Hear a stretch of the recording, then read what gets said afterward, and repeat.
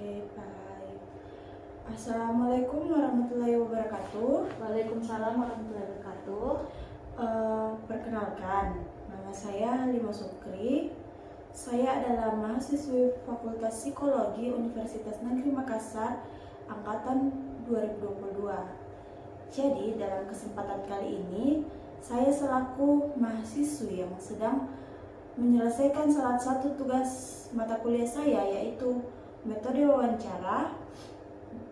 Di sini akan mewawancarai kakak dengan metode wawancara klinis. Semoga proses nantinya dapat berjalan sesuai apa yang seharusnya, dan apa yang kakak katakan saya akan menjamin kerahasiaannya.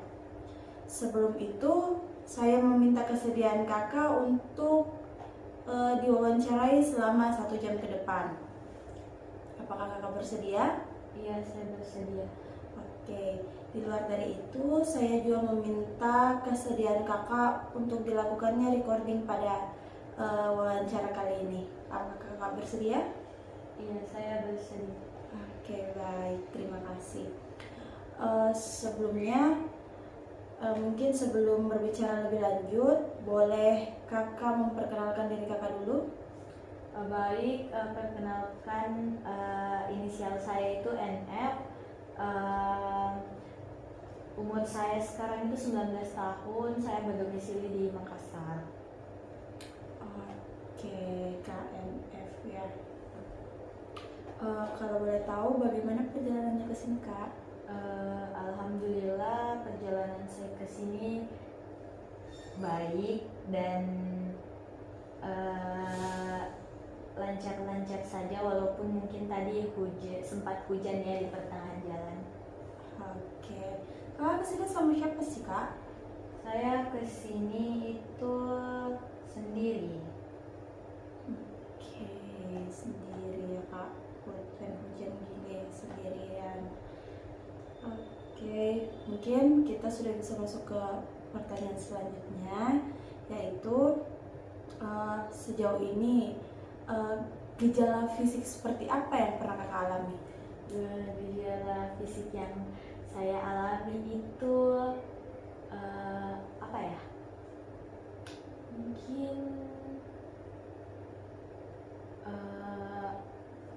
Mungkin pada saat saya masih TK ya. Jadi pada saat saya masih TK itu kan ibu saya, boleh cerita? Boleh. Oke. Jadi ibu saya tuh kan seorang guru SD. Nah, terus SD saya sama TK saya itu berdekatan. Terus kadang-kadang kalau udah pulang sekolah tuh saya pergi ke tempat ibu saya. Nah, di sana tuh ibu saya lagi ngajar di suatu kelas. Terus saya lari-larian dan pada saat itu gak sengaja saya lari-lari itu terus muka di bagian mata bawah saya sebelah kanan itu terkena apa sih namanya tuh yang runcingnya meja, sikunya meja. Nah, terus itu tuh sempat berdarah sekali. Ibu saya sudah panik karena pada saat itu kan saya masih TK ya, jadi mungkin gejala fisik saya itu di bawah mata saya itu berdarah pada saat masih kecil dan berbekas sampai sekarang. Sampai sekarang masih berbekas. Tapi alhamdulillahnya kalau saya lihat dari mata saya, bekasnya itu nggak kelihatan, kok tertutupi dengan cantiknya kakak. Oke, karena ini adalah pengalaman masa kecil, kakak masih ingat nggak sih bagaimana kakak dulu menghadapi hal tersebut? Mungkin yang saya ingat-ingat ya, cuman nggak ingat semuanya. Jadi yang saya ingat itu saya tuh menangis berlumuran, bukan terlalu banyak darahnya, cuman kayak ada darahnya. Terus saya menangis karena mama saya juga panik dan sempat membawa saya ke puskesmas terdekat. Jadi saya juga jadi panik sendiri gitu. Saya kenapa? Karena mungkin pas kejadiannya itu mungkin memang tidak terlalu terasa, tapi pas lama-lama itu jadi kayak terasa gitu sakitnya, jadi saya nangis. Oke. Kan tadi kita ini sudah membahas tentang masa lalu. Nah sekarang apa yang kakak rasakan terhadap keadaan fisik kakak belakangan ini? Jadi keadaan fisik belakangan ini itu mungkin saya lagi apa ya, merasa capek. Iya, capek aja sih. Oke, capek. Kalau boleh tahu capeknya tuh dari segi apa kak? Capeknya itu dari mungkin karena saya terlalu banyak apa ya, ketemu dengan orang-orang luar. Saya juga terlalu kurang support system, jadi itu mungkin membuat saya capek. Kadang keluarga saya juga saya merasa keluarga saya itu ya bukan tidak menyayangi sih, cuman yang kayak mungkin dia terlalu overprotective di saya, mungkin begitu. Oke. Selanjutnya, perubahan secara fisik apa yang kakak rasakan dalam 2 minggu terakhir ini? Perubahan fisik saya itu 2 minggu terakhir ini mungkin agak lebih turun ya, karena kemarin saya sempat menimbang berat badan saya itu 44,7 berapa begitu sekian. Terus sekarang saya menimbang itu lusanya itu 42, jadi mungkin berat badan saya agak turun. Oke, kakak tahu nggak sih kalau dari sudut pandang kakak sendiri ini mungkin faktor yang penyebab turunnya berat badan kakak itu apa? Apa ya? Karena mau dibilang stres juga tidak stres, cuman kayak mungkin saya makannya juga tidak teratur, terus saya juga kurang apa namanya, kurang apa sih, kayak kalau kan orang-orang tuh makannya tuh ya kalau teratur gitu, saya tuh kurang nafsu makan akhir-akhir ini. Jadi membuat berat badan saya turun itu mungkin itu. Oke. Tadi kakak juga ada membahas soal stres. Kalau membahas soal stres, apa sih hal yang membuat kakak stres sampai mungkin ada kondisi psikis yang terganggu atau bagaimana? Mungkin kalau menurut saya ini bukan, kalau menurut saya ya, ini mungkin bukan saya psikisnya tidak terganggu, cuman yang membuat saya stres itu sekarang soal masalah keluarga, masalah percintaan saya, masalah tugas-tugas kuliah saya.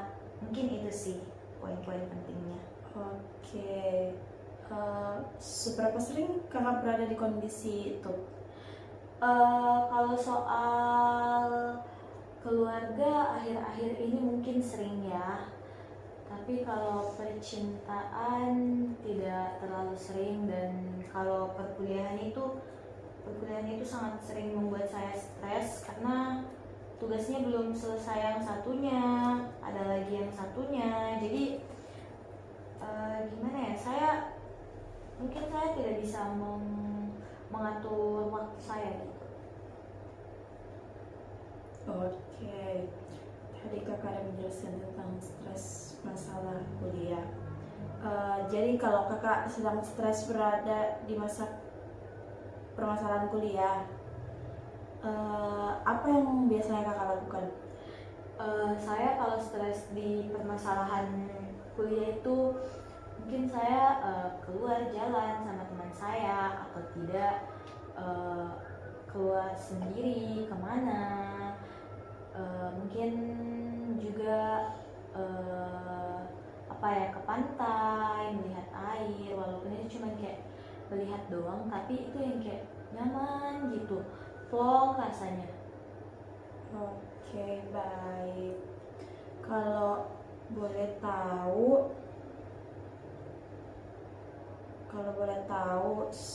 sebelum tidur hal apa yang sering kakak pikirkan? Itu lagi sih tadi, sebelum tidur saya tuh memikirkan hal-hal tentang keluarga saya, percintaan saya, tugas-tugas kuliah saya. Apakah kalau kuliah tuh yang kayak saya bisa nggak sih lulus, saya bisa nggak sih lulus tepat waktu, saya bisa nggak sih jadi sarjana. Kayak terkadang tuh yang membuat overthinking pada saat mau tidur itu soal itunya, lulusnya, saya bisa nggak sih banggain orang tua saya gitu, keluarga saya bisa nggak sih bangga kenapa keluarga saya begini gitu.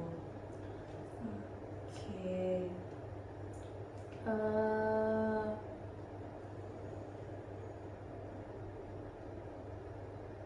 Kalau membahas tentang interaksi sosial, bagaimana interaksi sosialnya kakak di lingkungan sosialnya? Jadi kalau saya itu orangnya kalau berinteraksi sosial, kalau udah kenal nih, kalau udah kenal mungkin saya akan menyapanya ya, menyapa orang tersebut yang kayak hai, halo kamu mau kemana atau enggak lagi apa.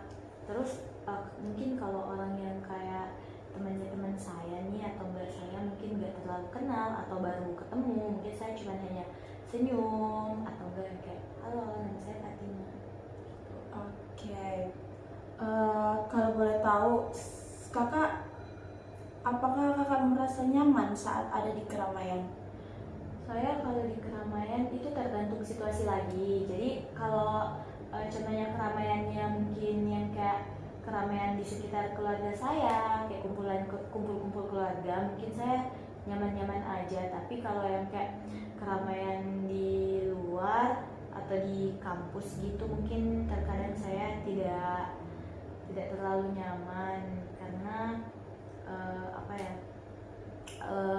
Ada hal-hal yang membuat saya tidak nyaman, mungkin dari teman-teman atau orang lain yang membuat saya tidak nyaman. Oke. Kalau boleh tahu, hal seperti apa sih yang kadang membuat kakak ini tidak nyaman untuk berada di keramaian seperti kampus atau di teman-teman yang lainnya? Apa ya, kadang mungkin saya nggak nyamannya itu soal pembicaraannya mereka. Terkadang mereka tahu hal ini dan saya tidak mengetahuinya, jadi saya mau nimbrung cerita juga saya tidak tahu, jadi mungkin saya kurang nyaman karena saya mungkin tidak tahu ceritanya gitu loh. Oke. Kalau boleh tahu, apakah kakak ini termasuk orang yang mendengarkan cerita dari orang-orang sekitarnya kakak? Kalau mendengarkan mungkin saya bisa mendengarkan ceritanya orang-orang sekitar saya, tapi kalau kayak memberi nasihat begitu mungkin saya kurang terlalu paham untuk memberikan seseorang nasihat karena saya juga belum tentu mengalami hal tersebut, saya juga belum pernah merasakannya, jadi kalau mendengar saya bisa mendengarkan. Oke. Berarti kakak juga bukan tipikal orang yang memberi saran untuk teman-teman terdekatnya atau seperti apa? Kalau soal pemikiran saya memberikan saran, mungkin saya memberikan ya kayak contohnya kayak gak usah gini, nanti kamu gini. Nah itu mungkin kalau saran mungkin begitu. Cuman kalau ya itu kembali lagi ke teman saya gimana.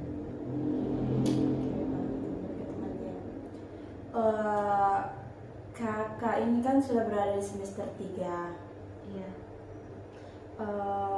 Kalau boleh membahas yang lalu-lalu, bisakah kakak menceritakan usia berapa kakak masuk sekolah, dimulai dari SD sampai sekarang masa kuliah?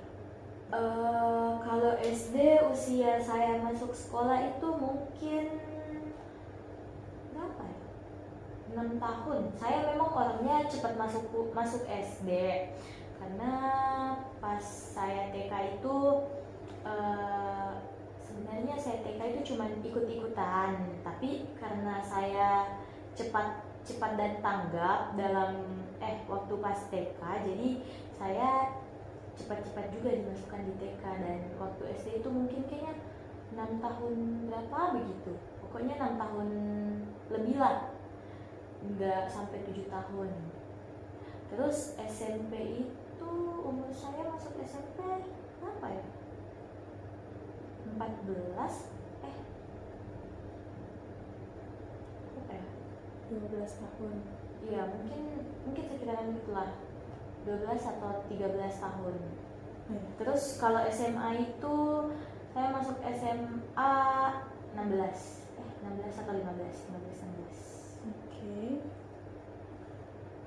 Kakak masuk kuliah umur? Saya masuk kuliah itu umurnya itu 17. Masih 17, tapi udah mau masuk 18 sih itu. Oke, baik. Untuk sekarang, untuk pemilihan jurusan atau sekolah berdasarkan pilihan sendiri atau pengaruh dari orang sekitar? Gini, jadi saya boleh cerita? Boleh. Jadi gini, awalnya kan saya ini mau masuk sekolah, saya mau masuk kuliah itu di Fakultas Kedokteran. Nah, tapi karena saya tidak lulus SN sama SB-nya, saya pasrah lah mandiri. Jadi saya mandirinya itu di ekonomi. Nah, terus ekonomi ini kan kayak gimana ya, ada sepupu saya juga dari jurusan sana, terus bilang kamu masuk ekonomi aja udah bagus kok daripada kamu gap year gitu. Jadi saya mau tidak mau orang tua juga bilang, oh iya kamu masuk ekonomi aja daripada ambil mandiri kedok kan terlalu mahal, takutnya kedok juga kayaknya agak terlalu berat katanya buat saya. Jadi takutnya saya itu cepat bosan dan cepat merasa gimana merasa lelah, capek. Jadi saya disuruh masuk Fakultas Ekonomi ambil mandirinya aja. Oke, jadi bisa dibilang kakak masuk pada jurusan tersebut karena kakak dipengaruhi oleh orang sekitar. Iya. Kalau di luar dari kedok, sebenarnya jurusan yang mau kakak ambil apa? Gak ada sih, cuman kedok sama kedokteran gigi aja, itu doang. Oh, tapi kakak berarti pernah punya pikiran untuk gapir ya kak? Sebenarnya iya, pernah kepikiran untuk gapir, cuman karena kata orang tua saya dan orang sekitar saya, kayak sepupu saya, katanya nggak usah, nggak baik. Jadi mending katanya masuk ini aja, mandiri nggak apa-apa, mandirinya nggak terlalu mahal kok. Jadi itu masuk mandiri. Oke, karena pemilihan jurusan kakak ini berdasarkan pengaruh orang, kalau boleh tahu bagaimana proses perkuliahan kakak sekarang? Jadi perkuliahan saya itu sekarang mungkin alhamdulillah baik. Saya mempunyai teman-teman yang baik juga, teman-teman kampus yang baik. Cuman mungkin itu saja, saya agak lelah di tugas-tugasnya. Oke, kakak lelah di tugas-tugasnya. Kalau boleh tahu, selama di semester awal sampai semester sekarang, kakak udah punya nggak sih pencapaian yang kakak jalankan? Pencapaian sih mungkin belum ya. Saya belum mempunyai, semuanya itu belum tercapai karena cita-cita saya juga belum, gimana ya, saya belum membanggakan, termasuk belum membanggakan orang tua dan keluarga saya sih. Oke, kita belum ada pencapaian di perkuliahan ya. Kalau di masa-masa pendidikan yang terdahulu kayak SD, SMP, SMA, apakah kakak pernah mengikuti suatu lomba dan mendapatkan sebuah pencapaian atau mungkin kalau SD saya pernah masuk di Olimpiade Matematika, tapi saya gugurnya itu pas di kabupaten karena mungkin saya juga kurang belajar pada saat itu karena gugur, jadi saya cuman sampai di tingkat kecamatannya aja, gugurnya itu di kabupatennya. Oke, berarti kakak pernah mengikuti Olimpiade Matematika tingkat kecamatan.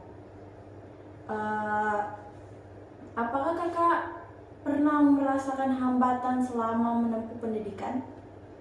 Hambatan sih mungkin tidak ada ya, karena alhamdulillah TK, SD, SMP, SMA itu semuanya alhamdulillah tercukupi lah. Kuliah juga alhamdulillah tercukupi, masih bisa kuliah, jadi hambatannya mungkin tidak ada. Oke, tadi kita sudah membahas tentang masalah interaksi sosial, riwayat pendidikan. Sekarang kita membahas tentang hubungan. Apakah sekarang kakak sedang menjalani suatu hubungan? Iya, saya sedang menjalani suatu hubungan. Oke, kalau boleh tahu berapa lama kakak menjalani hubungan tersebut? Mungkin baru seumur jarum ya menurut saya.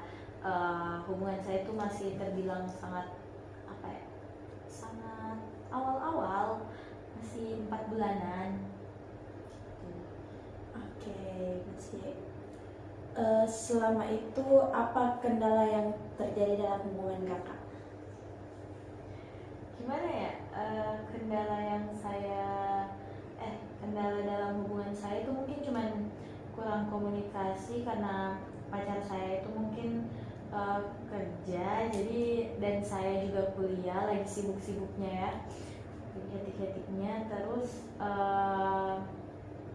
jadi kita tuh terkendalanya di komunikasi. Kadang dia tuh tidak punya jaringan, dan saya itu lagi yang kayak butuh support system. Saya lagi mau cerita nih soal kuliah saya gimana, tapi dia lagi nggak punya jaringan, jadi saya nggak tahu mau ceritanya gimana gitu.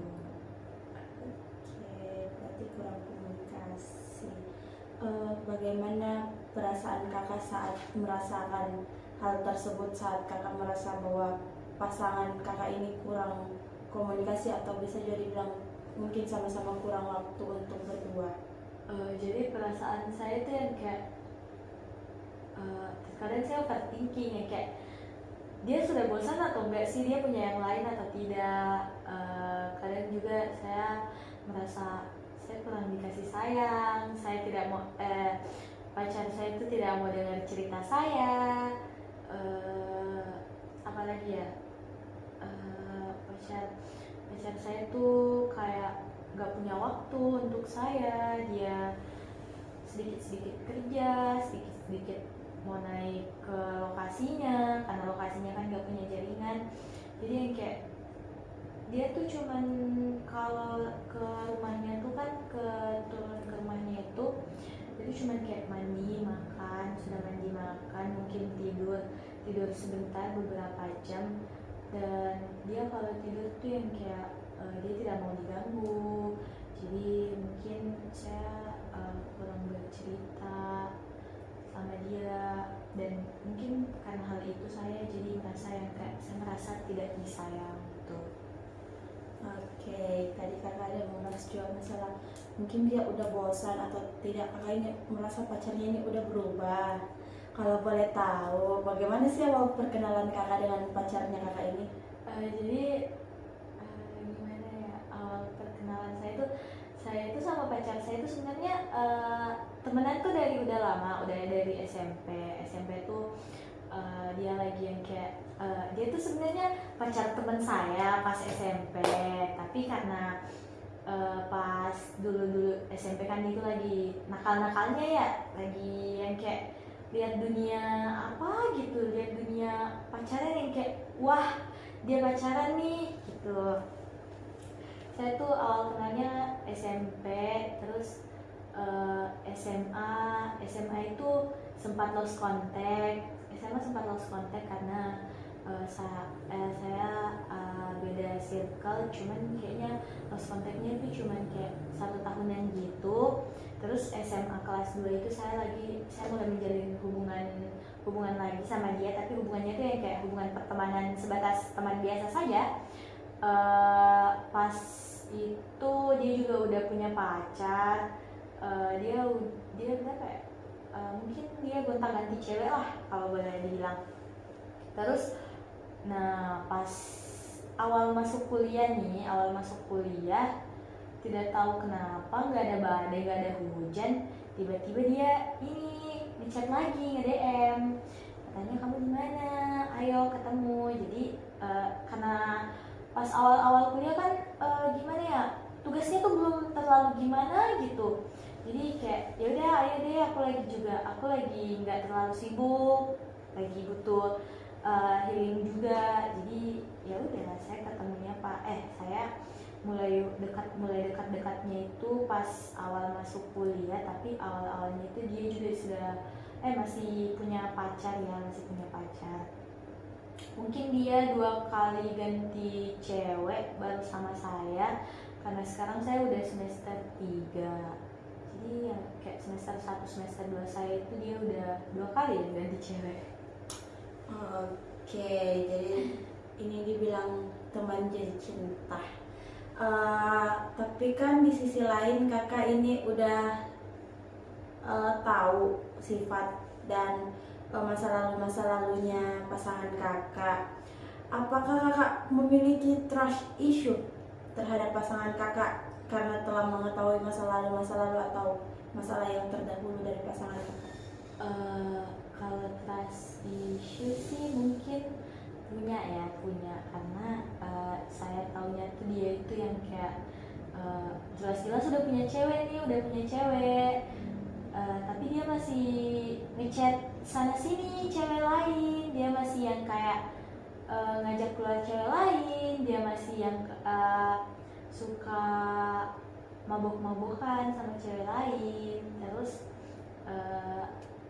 dia tuh dan dia itu yang kayak dulu itu yang kayak nggak bisa punya, nggak cukup lah dengan satu cewek. Dia tuh orangnya dikit-dikit kalau cewek cantik pasti yang kayak hai cewek, minta WA-nya dong, minta IG-nya dong gitu. Tapi mungkin itu trust isunya saya takut juga dihituin ya, apalagi sekarang saya lagi LDR dengan pasangan saya. Mungkin saya kayak kepikiran juga dia kayak gitu gak ya di sana.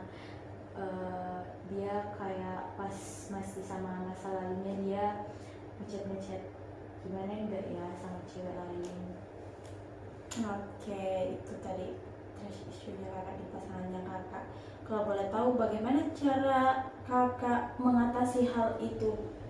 Karena kan kalau dibilang trust issue itu bisa mengganggu pikiran, bagaimana caranya kakak mengatasi agar hal itu tidak mengganggu pikirannya kakak dan percaya sama pasangannya? Oke, jadi hal yang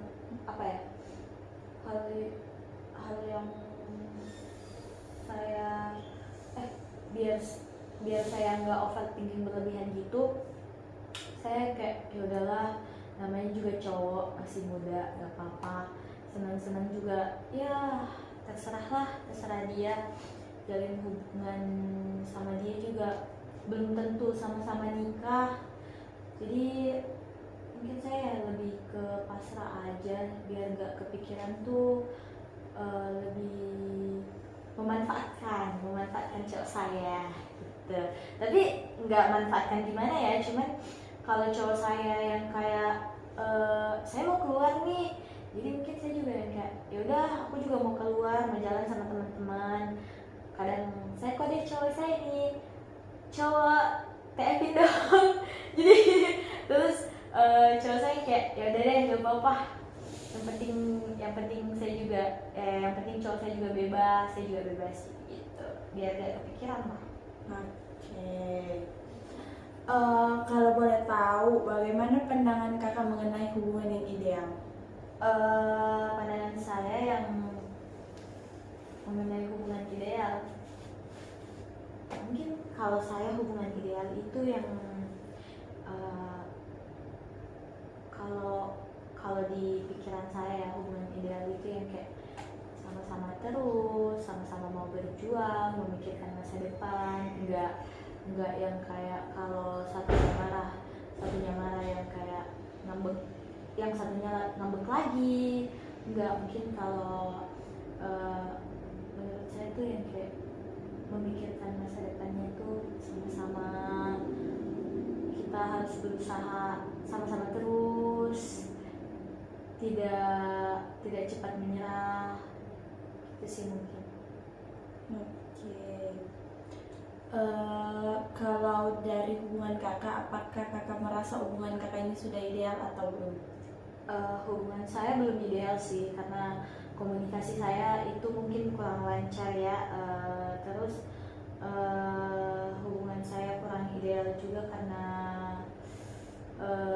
saya apa ya, mungkin keluarga saya belum mengetahuinya bahwa saya pacaran dengan pacar saya. Saya juga masih agak takut-takut, agak ragu-ragu untuk kenalin ke keluarga. Terus hubungan saya nggak idealnya itu kayak masih suka ngambekan satu sama lain. Kalau aku lagi ngambek, dia juga ikut ngambek, jadi yang kayak masih susah lah namanya. Mungkin juga masih apa ya, kayak masih menerima satu sama lain, masih apa sih namanya itu yang sifatnya gitu, masih menerima sifat-sifatnya yang kayak oh ternyata dia gini, gue harus ngikutin dia karena dia suka dia orangnya kalau dibilang emosian, yang kayak dia orangnya emosian, gue harus lebih sabar gitu. Oke. Berarti hubungan kakak ini bisa dibilang baru penyesuaian. Iya, baru penyesuaian. Oke. Karena berada di tahap penyesuaian, mungkin semuanya harus dikomunikasikan. Sejauh ini bentuk komunikasi kakak dan pacar kakak itu bagaimana? Jadi komunikasi saya dengan pacar saya itu kembali lagi tadi kurang baik karena cowok saya sibuk, saya juga lagi sibuk, lagi hetik-hetiknya kuliah ya. Jadi mungkin komunikasi saya agak ya kurang lah gitu. Kalau boleh ketahui, apakah kakak pernah menyampaikan hal yang saya nggak mau seperti ini, saya nggak bisa seperti ini yang saya mau, ini yang untuk memperbaiki hubungan atau komunikasi kakak yang kurang ini, mungkin kakak pernah menyampaikan hal-hal yang tidak kakak suka dan yang kakak inginkan untuk pasangan kakak mengetahuinya? Mungkin kalau mengkomunikasikan hal tersebut tadi sudah yang kayak saya kalau capek mau dibutuh teman cerita, saya kalau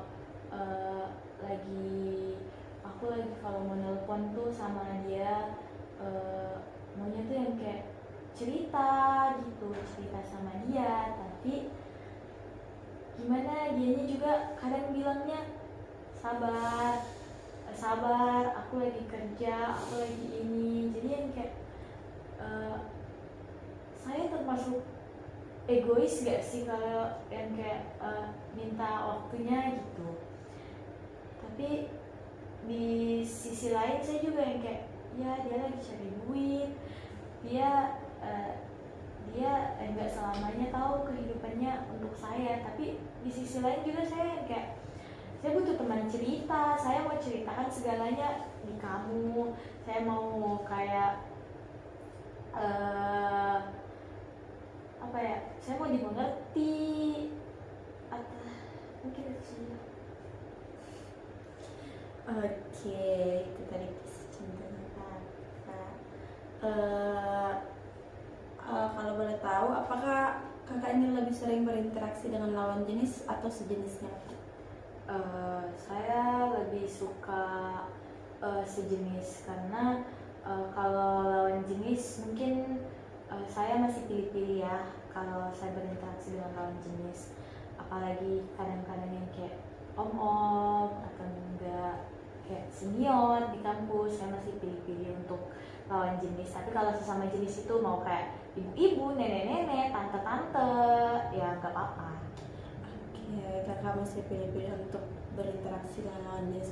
Kalau boleh tahu, apakah ada pengalaman buruk yang menyebabkan kakak ini menyebabkan kakak ini pilih-pilih untuk berkomunikasi dengan lawan jenisnya kakak? Kalau pengalaman buruk sih,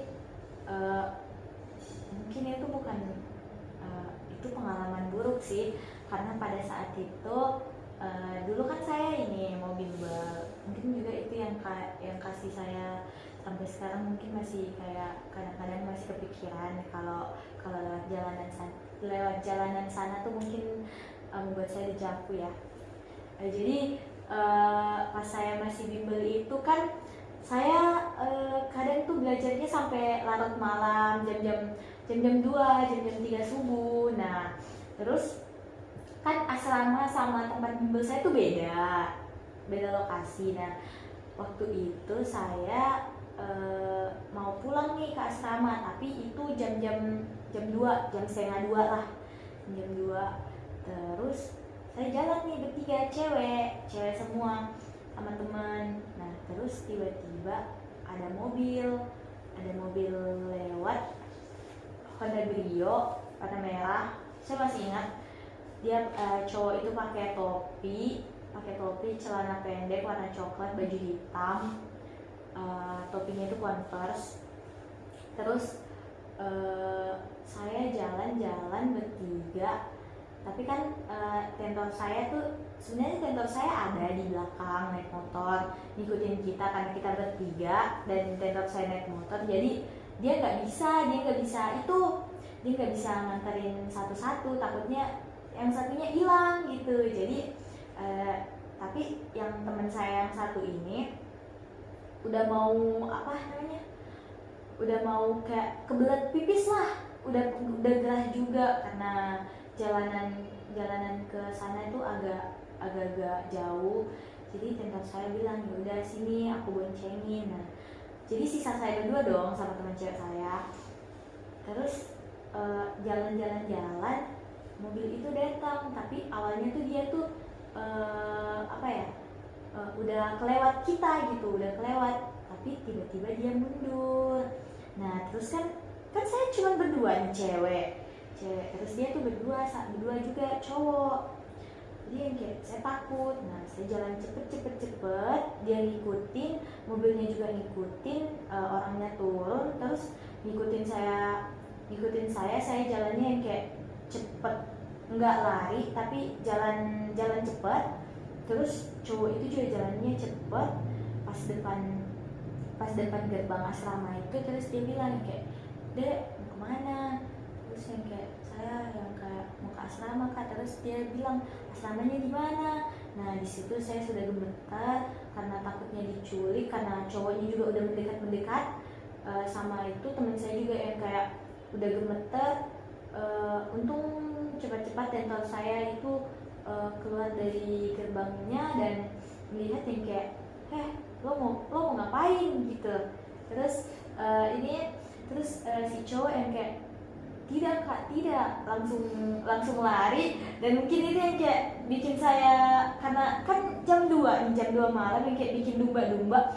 Dikit lagi kata tentor saya, cobanya kalian deket lagi, mungkin kalian udah dipaksa naik di mobilnya nih. Jadi yang kayak mungkin itu yang membuat saya trauma ke usia lanjut, karena usianya juga udah kayak agak dilihat dari muka-mukanya udah kayak om-om gitu.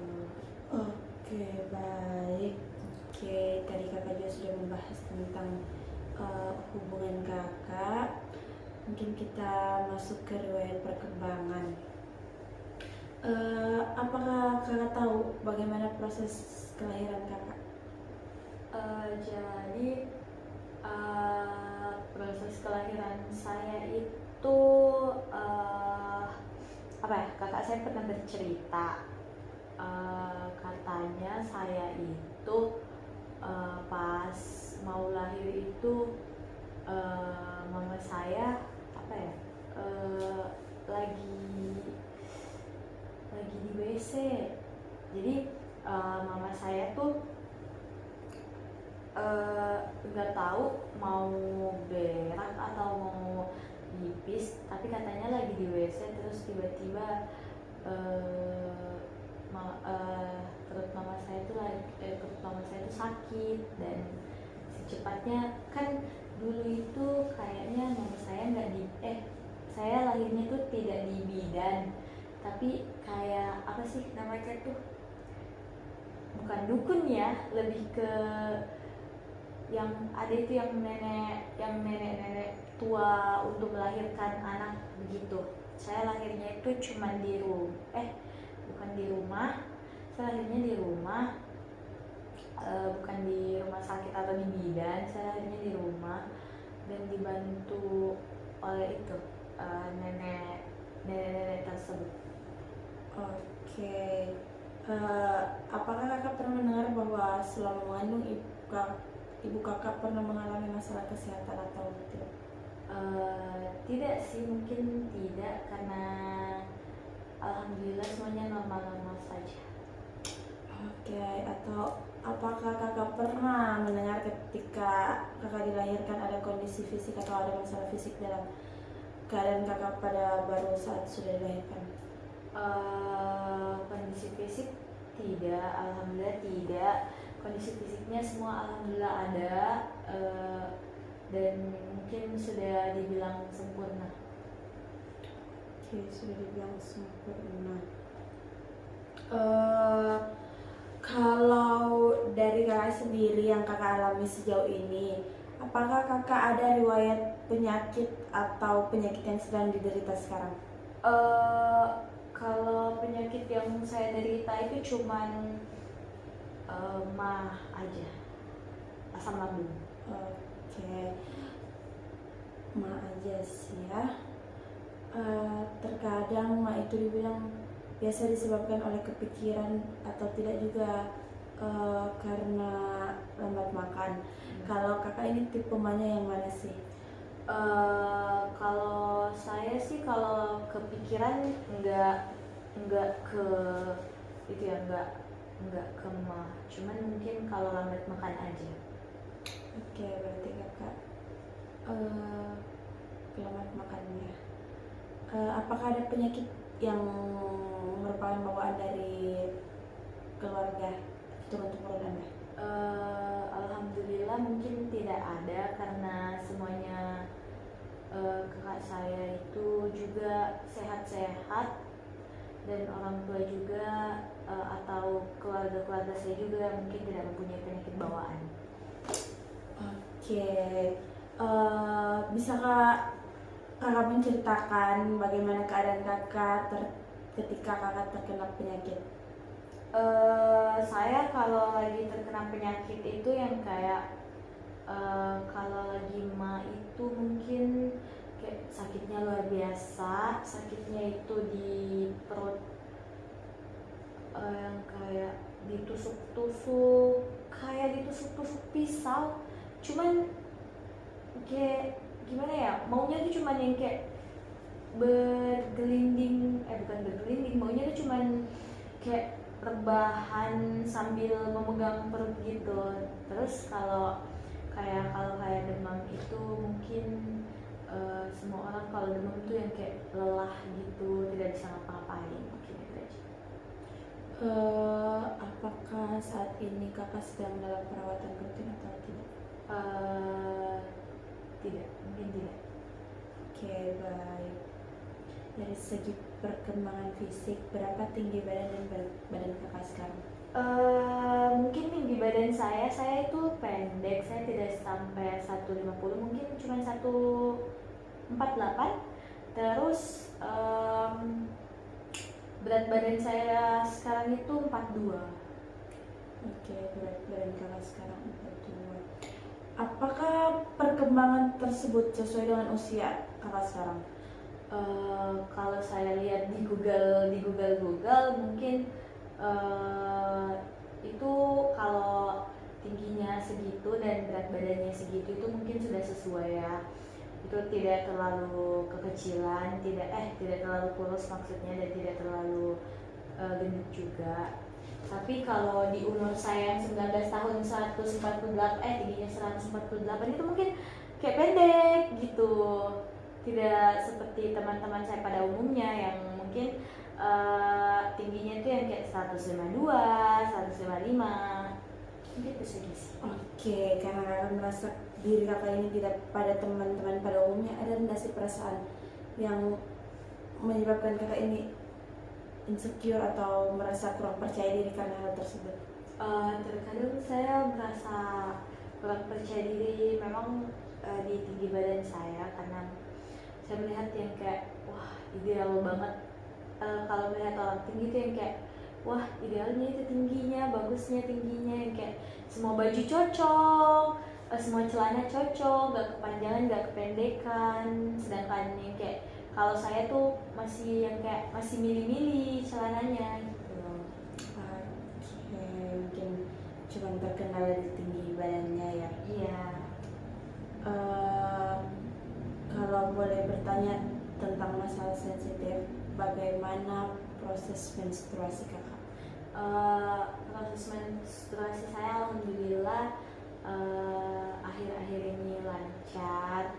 Terus tanggalnya juga sama, nggak ada yang berubah. Bulan lalu sama bulan sekarang sama-sama tanggal 13. Alhamdulillah bagus dan menstruasi saya lancar saja.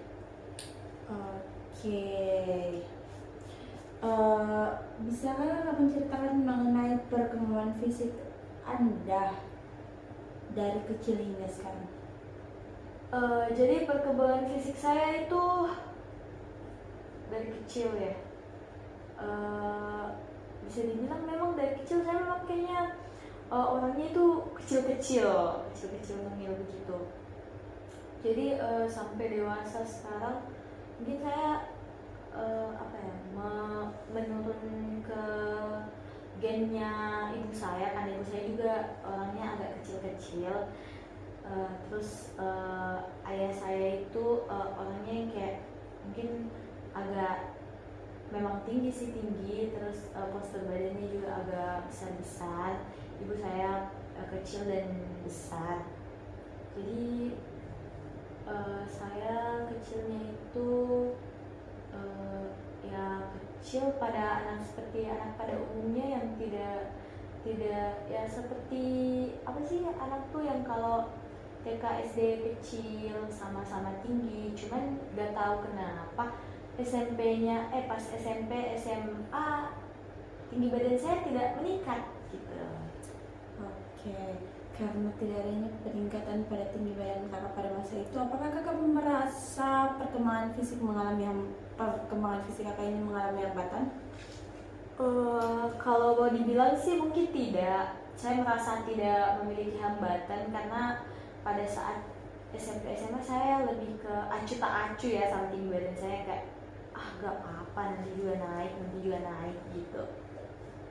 Oke, kalau boleh tahu bagaimana kondisi mental Anda belakangan ini?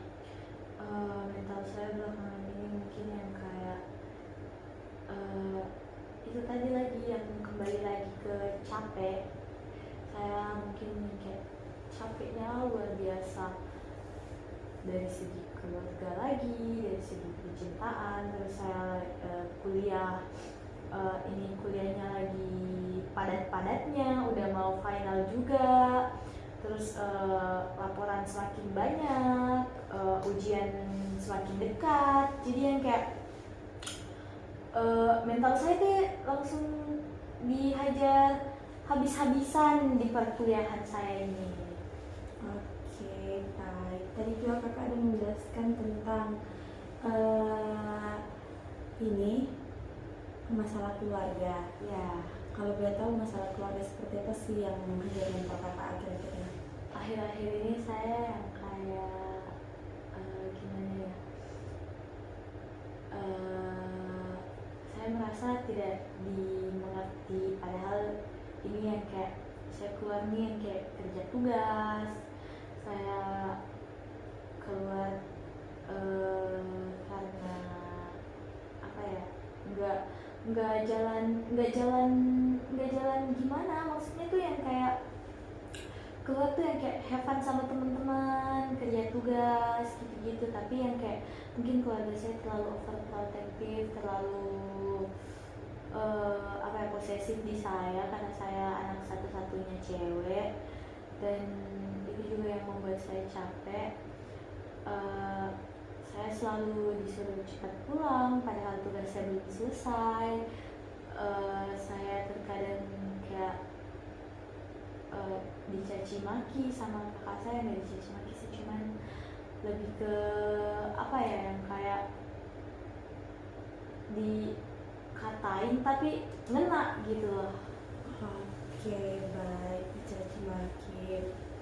Berarti kalau boleh tahu, apakah kakak tahu faktor yang menyebabkan keluarga kakak seperti itu?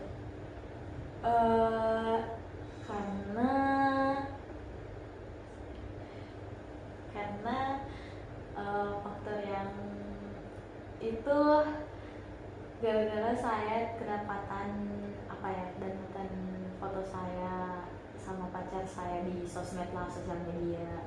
Terus nggak sengaja tuh kakak ipar saya melihat, jadi dan ngasih tahu kakak saya. Awalnya tuh semuanya tuh ya kayak kemarin tuh yang kayak baik-baik aja, semuanya baik-baik aja, semuanya di support. Tapi akhir-akhir ini gara-gara foto tersebut, kakak saya jadi lebih ke overprotective, posesif banget, yang kayak sampai-sampai saya dituduh yang kayak macem-macem sama kakak saya. Jadi gimana ya, jadi saya mungkin merasa tertekannya di sana. Oke, kalau boleh tahu, apakah kondisi mental Anda saat ini mempengaruhi aktivitas sehari-harian? Mungkin kayak seminggu terakhir ini kondisi mental saya itu mungkin sangat mempengaruhi aktivitas saya, karena sedikit-sedikit disuruh pulang, sedikit-sedikit ditelepon, sedikit-sedikit di chat, sedikit-sedikit yang kayak kamu di mana, sama siapa, lagi ngapain, gini. Kadang kalau nggak balas chatnya kayak apa sih, yang kayak bahasa kasar tuh, yang kayak woi lu di mana, kenapa nggak balas chat gini. Oke. Selanjutnya, apakah kakak pernah merasakan cemas yang berlebihan? Saya mungkin kalau cemas berlebihan sih akhir-akhir ini tidak ya, cuman pernah saya cemas berlebihan tuh pada saat apa ya, nenek saya tuh masuk rumah sakit, mungkin yang kayak karena faktor gimana ya, saya kayak saya merasa kurang ketemu sama nenek saya, karena pada saat itu juga lagi hati-hatinya kuliah semester 2. Jadi saya mempunyai cemasnya tuh cemas berlebihan, yang kayak wah, nenek, di saat nenek saya sakitnya di rumah sakit, semua cucu-cucunya datang lihat, saya nggak pergi gitu, yang kayak wah, nenek saya udah gimana ya, nenek saya masih ada tidak ya. Dan ternyata pada saat itu malam itu saya kalau nggak salah saya lagi keluar ke mana gitu, pergi ke keliling-keliling cari makanan sama teman saya, terus tiba-tiba ditelepon katanya cepat-cepat pulang, nenek sudah nggak ada. Dan itu membuat saya kayak wah, kecemasan saya kayak berubah jadi fakta gitu loh. Sampai yang kayak saya nangis di jalan, ngebut, saya sampai yang kayak sebentar saya cerita udah nggak tahu mau pikirnya di mana, macetnya sebagaimana. Saya sampai yang kayak turunin teman saya sampai kayak suruh teman saya naik Grab, saya bayarkan Grabnya karena ya nggak mungkin itu saya ke nenek saya itu cemasnya. Oke, kalau bisa dibilang juga itu adalah feeling dari orang yang udah mau pergi mungkin ya, mungkin cemasnya disebabkan oleh hal itu. Iya. Terus apakah Anda pernah marah atau menangis yang tidak dapat Anda kontrol? Pernah, saya pernah marah sama menangis yang tidak bisa saya kontrol. Pada saat itu saya saya masih SMA, saya pernah kecelakaan, tapi kecelakaannya itu yang kayak nggak terlalu kecelakaan gimana sekali, tapi itu saya sempat nabrak mobil orang, terus yang kayak saya emosinya karena yang kayak orang tua saya cuman yang kayak biasa saja gitu, yang kayak dia lebih mentingin mobil orang daripada anaknya sendiri gitu, padahal dia udah jelas-jelas anaknya kayak jatuh sakit, tapi dia lebih yang kayak lebih kayak wah mobil orang udah gimana nih, tapi anaknya kayak nggak diperhatiin sama sekali. Terus pas sampai rumah kan saya bawa motor, terus pas masih di tempat kecelakaan saya disuruh bawa motor saya sendiri untuk pulang.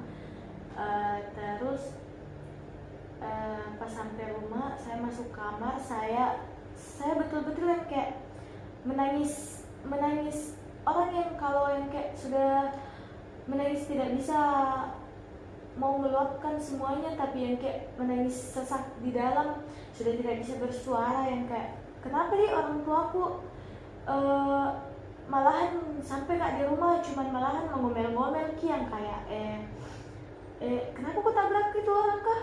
Nggak kau lihat ki itu orang sen kiri atau bagaimana kayak mauku saya yang kayak orang tuaku itu tanya kak, bilang nggak apa-apa Jekina, apa tak sakit? Tidak, padahal jelas-jelas itu yang kayak saya tangan sebelah kanan saya itu yang kayak lutut dari tangan sebelah kanan sampai kanan ujung kaki saya kayak jelas-jelas sudah ada nih darahnya.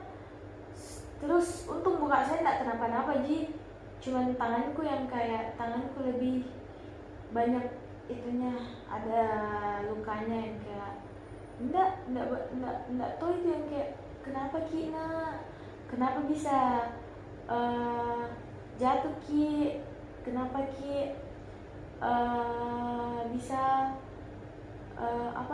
kenapa apa lu kata tidak, dia cuma yang kayak bagaimana sih mobilnya itu orang, bagaimana sih motormu begitu sih, kayak itu yang membuat saya kayak sakit hati sekali, kayak sementara kakak-kakakku yang kayak deh kecelakaan kok lagi, yang kayak tidak bisa, nggak tahu kak luapkan nih bagaimana.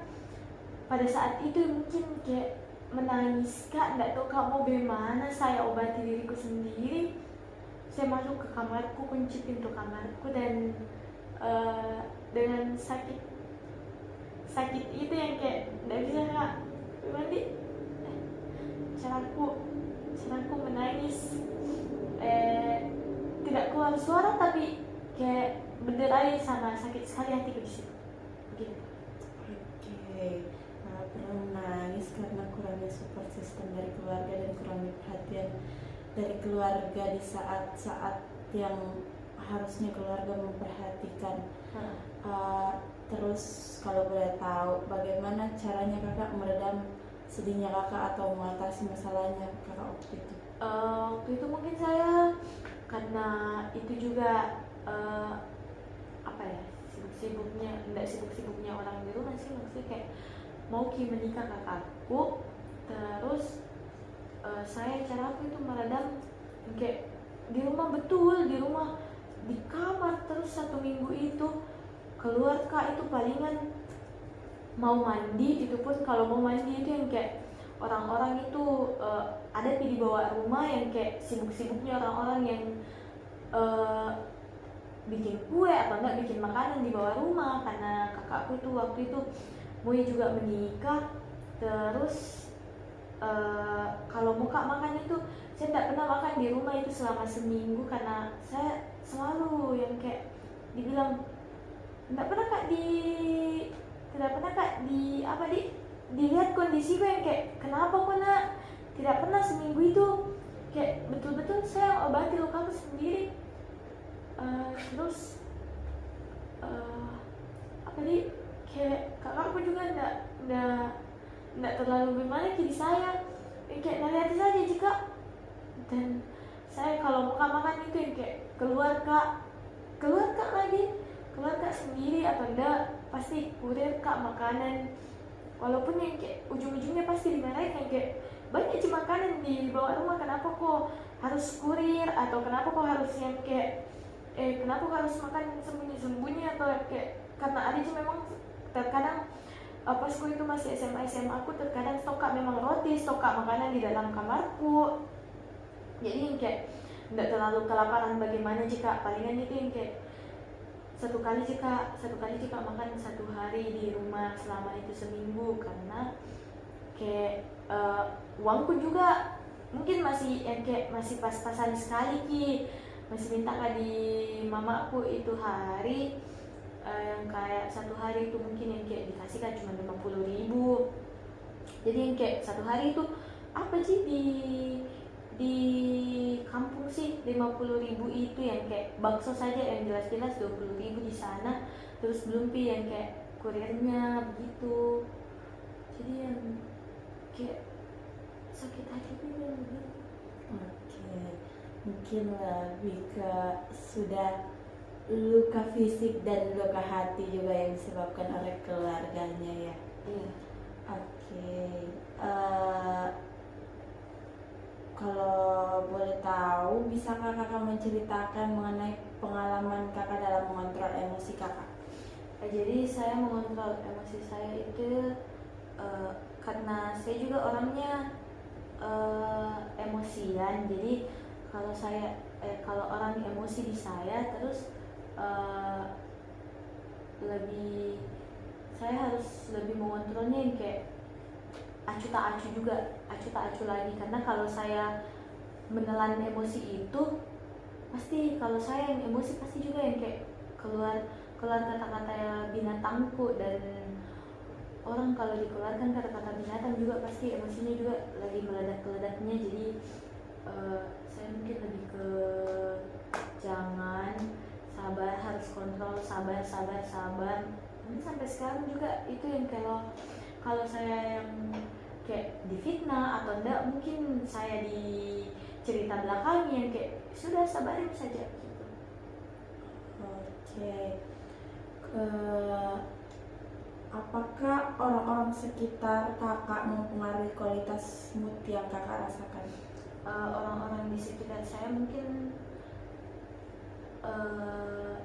iya, terkadang yang kayak ada kayak saya juga orangnya mut-mutan juga, jadi kalau orang sekitar lingkungan saya itu mempengaruhi atau tidaknya itu sangat-sangat mempengaruhi. Mungkin ada yang kayak sesuatu yang menjengkelkan, jadi mungkin mood saya tiba-tiba kayak apakah gitu.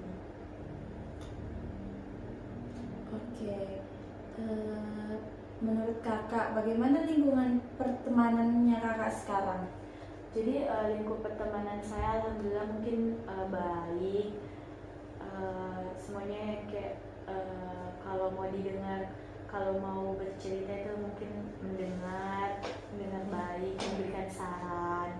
Terus lingkungan, maksudnya pertemanan saya itu yang di kampus itu mungkin mensupport, walaupun mungkin yang di kampus itu kayak ada circle-nya, tapi satu sama lain mungkin yang kayak mensupport. Terus di luar kampus itu pertemanan saya kayak walaupun teman saya mungkin yang dibilang yang kayak pacala-calanya begitu yang di luar kampus, tapi ya peduli alhamdulillah, mungkin semua teman-teman saya sekarang peduli sama saya. Oke. Kalau boleh tahu bagaimana caranya kakak menangani konflik dalam hubungan sosial? Cara saya menangani konflik itu dalam hubungan sosialku itu kayak apa di terkadang kalau saya yang kayak emosi terus kayak tidak bisa sabar orangnya, saya kayak kutinggalkan gitu konflik yang kayak tidak aku pikir dulu, terserah saya mau kemana, yang penting saya sendiri dulu, kayak ya deh sudah, kemana-mana kak saja pergi, yang penting kayak sendiri kak, hirup udara sudah, kayak kutinggalkan itu dulu konflik, cara kutangani.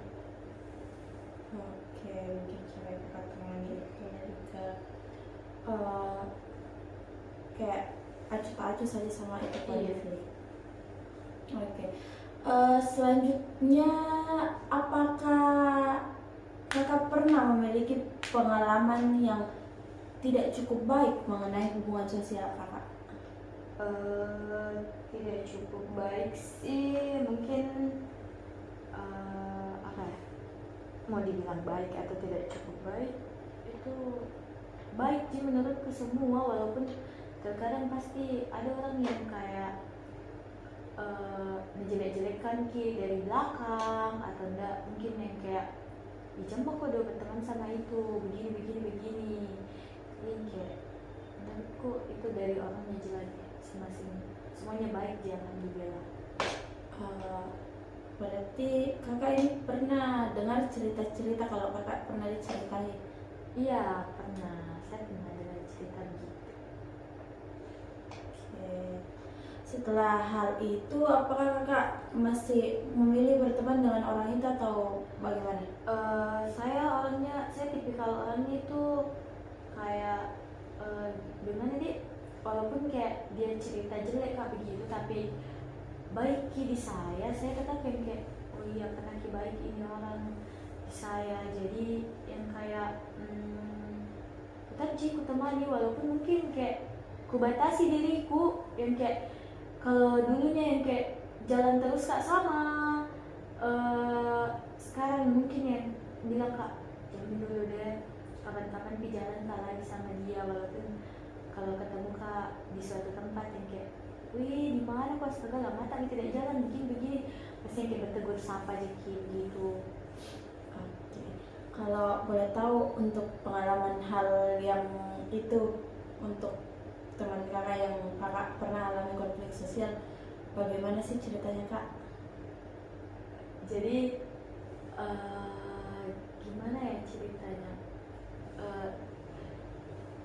teman saya juga kemarin, saya itu berteman itu berlima, terus ada 2 orang memang yang kayak baku akrab, memang itu dua orang. Nah terus saya nih yang kayak 3 orang ini kayak ya diajak tidak diajak tidak apa-apa. Terus ternyata ada salah satu ini temanku cerita di temanku ini berdua, wah saya orangnya begini, dan temanku ini yang berdua orang yang kayak jelek juga, iya kalau ndak natanya kak, jadi itu orang yang kayak natanya kak tuh yang kayak cerita tuh sebenarnya ini begini, dan suka kok karena begini kok, jadi yang kayak aku bilang oh iya kak cerita kak, kenapa bisa kenapa kak, itu juga lagi yang membuat kak kadang-kadang overthinking juga soal pertemanan yang kayak baik maka kak di temanku, cukup maka kak di temanku, walaupun sebenarnya natanya kak itu temanku yang 2 orang yang kayak kau itu kalau sama aku itu kalau sama aku itu yang 2 orang lagi katanya dimanfaatkan juga, begini juga. Kalau mau dibilang itu temanku yang 2 orang juga muka 2 karena pergi juga sama itu yang 2 orang lagi temanku yang cerita kak, jadi mungkin kalau saya menurutku itu orang juga sebenarnya muka 2 ya menurutku karena itu temanku mencerita juga di temanku yang 2 orang dan cerita juga lagi di saya. Jadi gimana ya, kayak itu temanku di situ bilang kayak jangan bagus sama itu do, karena memanfaatkan Niko begini-begini. Kalau tapi dari kau Ji, kalau mau keluar sama dia berarti kau itu dimanfaatkan begini-begini. Jadi yang kayak aku bilang iya, tidak terlalu bagaimana maka di dia, karena saya tahu nih toh dari ceritanya juga temanku ini yang 2 orang katanya dikasih begini kan, cerita jelek kan, cerita apa. Oke, baik. Jadi kayaknya di sini kakak masalahnya di sini karena terlalu banyak cerita-cerita dari banyak pihak banyak pihak yang menghasut juga. Jadi ada renggang di antara kalian semua. Oke. Saya rasa pertanyaannya sudah sampai di sini. Wawancara ini sudah cukup melengkapi dan sudah hampir mencapai tujuan yang ingin dicapai pada wawancara kali ini. Sebelum saya menutup wawancara kali ini, apakah kakak punya pesan dan kesan untuk orang-orang di luar sana? Mungkin pesan dan kesan saya di luar sana itu mungkin tetap jadi baik, harus tetap jadi orang sabar. Walaupun kayak kalian di apa ya, di cerita buruk atau dikasih apa, telan bisa aja mentah-mentah jangan aku masukkan ke di hati. Jadi yang kayak ya ada nanti mengalir di semua. Oke, baik. Terima kasih untuk kesan dan pesannya kakak. Mungkin wawancara kali ini harus kita tutup karena mengingat waktu juga yang sudah hampir 1 jam kita lewatkan. Terima kasih untuk kesempatannya kali ini. Terima kasih untuk semua cerita-ceritanya dan terima kasih telah menceritakan masalah kakak kepada kami. Saya tutup wawancara kali ini. Wabillahi taufiq wal hidayah. Wassalamualaikum warahmatullahi wabarakatuh. Waalaikumsalam warahmatullahi wabarakatuh.